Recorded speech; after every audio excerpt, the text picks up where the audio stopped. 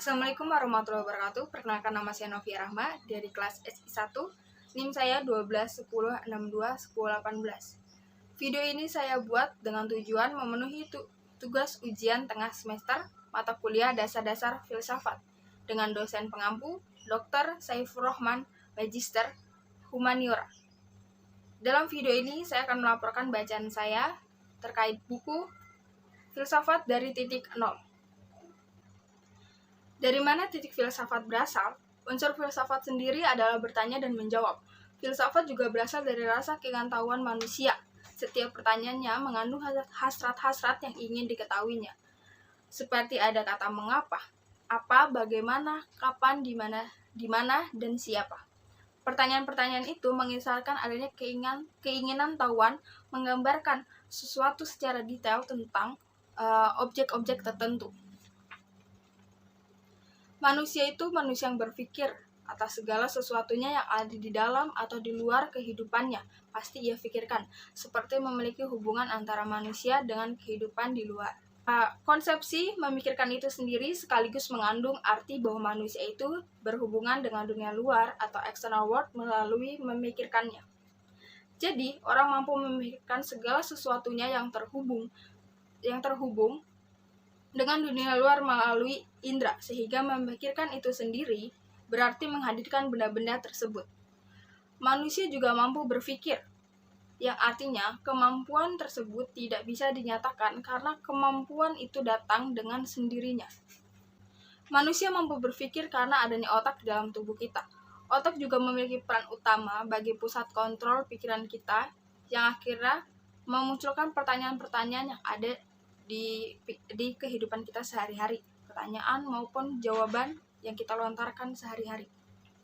Seperti dalam kutipan halaman 3, mengapa manusia bertanya adalah karena adanya mesin pengetahuan di dalam diri manusia, yaitu adalah otak itu sendiri.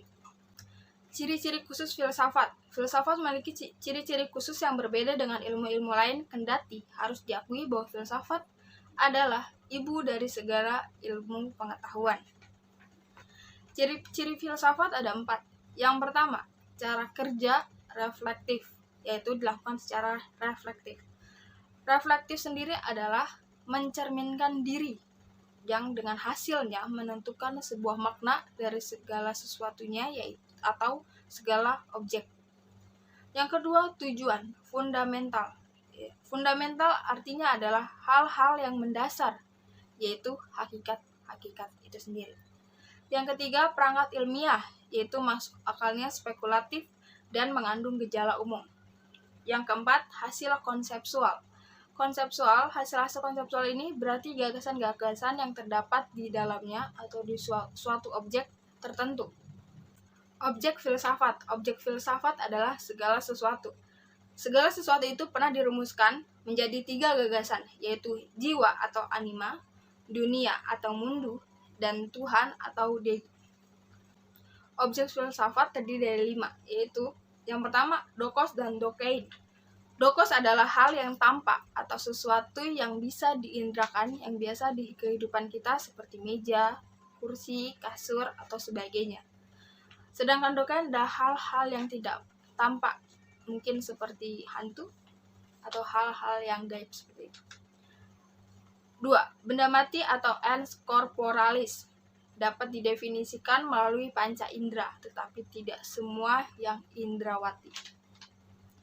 3. Adanya tumbuh atau ens vegetatum adalah benda yang mengalami perkembangan tertentu seperti tanaman-tanaman yang berawal dari biji-biji kecil yang berubah menjadi sebuah tanaman, yaitu tumbuh-tumbuhan atau buah-buahan. 4. Ada yang bergerak atau ens animalis, yaitu makhluk yang bergerak, yang biasa bergerak di kehidupan kita yang dapat diartikan seperti hewan atau manusia. Yang kelima, adanya simbol atau ens symbolum, adalah sebuah simbol yang lebih mengacu pada objek, seperti dalam kehidupan kita, seperti simbol-simbol yang bisa kita temui, simbol dilarang stop, simbol dilarang parkir, seperti itu yang lebih mengacu pada objek tertentu, yang lebih spesifik dalam objek tertentu. Menemukan hakikat. Menemukan hakikat adalah menemukan kebenaran di balik segala sesuatunya.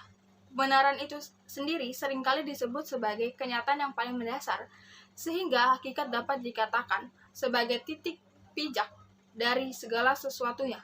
Hakikat bukan semata-mata konsep di awang-awang, tetapi hakikat sangat operasional di kehidupan sehari-hari. Seperti kunci yang didefinisikan sebagai alat pembuka sebuah ruang tertutup yang memiliki perbedaan antara satu alat dengan alat yang lainnya untuk memastikan keamanan. Rumah itu sudah terkunci atau belum, atau lemari itu sudah terkunci atau belum. Kunci sendiri memiliki ciri khas utama keunikannya, yaitu seperti setiap kunci memiliki ukiran-ukiran tertentu. Mungkin ada yang sama, tetapi tidak semua. Pasti ada yang berbeda seperti kunci mobil, kunci motor, kunci rumah pun banyak jenisnya. Kemudian sistem diadik. Yang pertama, materi dan roh.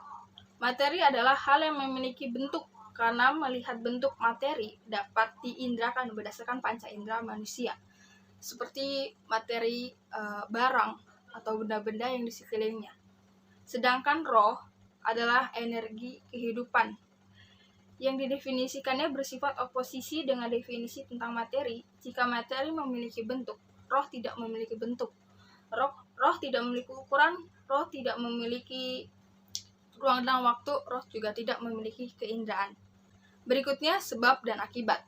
Sebab akibat sebab sendiri adalah peristiwa yang membuat peristiwa lain terjadi. Seperti contohnya, ada sebuah kejadian, kemudian diselidiki, dan diketahui sebabnya apa. Sedangkan akibat selalu didefinisikan sebagai peristiwa yang tidak terjadi jika tidak ada peristiwa sebelumnya atau peristiwa yang mendahului. Kemudian, ekstensi dan esensi. Ekstensi adalah keberadaan individu dalam ruang waktu.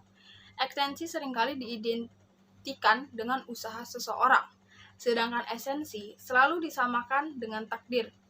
Kalau ada istilah manusia berusaha, Tuhan menentukan, istilah itu bisa diganti dengan kalimat manusia berekstensi, Tuhan memiliki esensi. Atau yang biasa kita dengar di luar sana adalah manusia udah berusaha sekuat tenaga, tetapi Tuhan sudah menentukan takdirmu. Seperti itu.